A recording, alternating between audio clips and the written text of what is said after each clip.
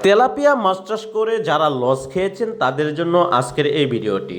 আপনারা অবশ্যই monosex tilapia মাছ নামে কিছু মাছ সংগ্রহ করেছিলেন, কিন্তু পুকুরে ছাড়ার পর এই মাছটি দেখলেন অধিকাংশই বাচ্চা দিয়ে দিয়েছে, কিন্তু ভালো একটা প্রফিট এবং মুনাফা আয় করতে পারেননি। অবশ্যই আপনার সাথে প্রতারিত করেছে বা আপনি প্রতারিত হয়েছেন।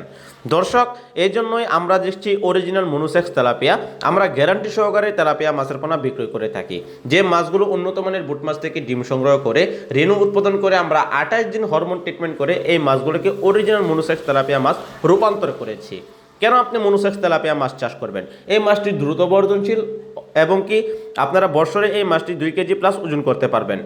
পুকুরে কোনো প্রকার বাচ্চা দিবে না, যদি বাচ্চা দিয়ে দেয় সেটার গ্যারান্টি আমরা নিচ্ছি। তাই আপনি মনুসেক্স তেলাপিয়া মাছ চাষ করতে পারেন। কেননা দেশি তেলাপিয়ার চাইতে মনুসেক্স তেলাপিয়া মাছ পুকুরে খাদ্য খাবে আর বড় হবে, কোনো প্রকার বাচ্চা দিবে না।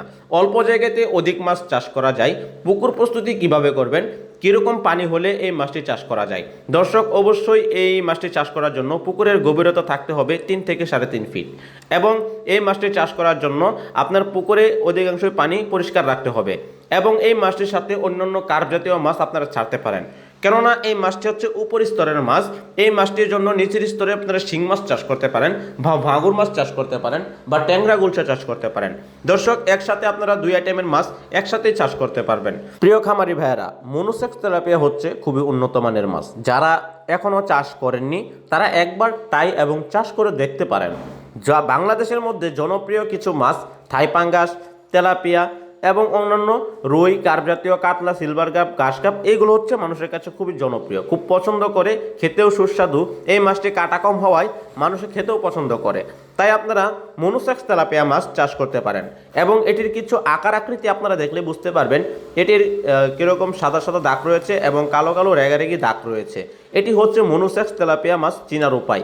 অবশ্যই আপনাকে অরিজিনাল মাছ চিনতে হবে, আপনাকে বুঝে শুনে চাষ করতে হবে, কারণ কোনো পদক্ষেপ না বুঝে নেওয়া উচিত নয়। তাই আপনারা আমাদের কাছ থেকে সরাসরি পরামর্শ নিয়ে মনুসেক্স তেলাপিয়া মাছ সংগ্রহ করতে পারেন। আমাদের সাথে থাকার জন্য অসংখ্য ধন্যবাদ।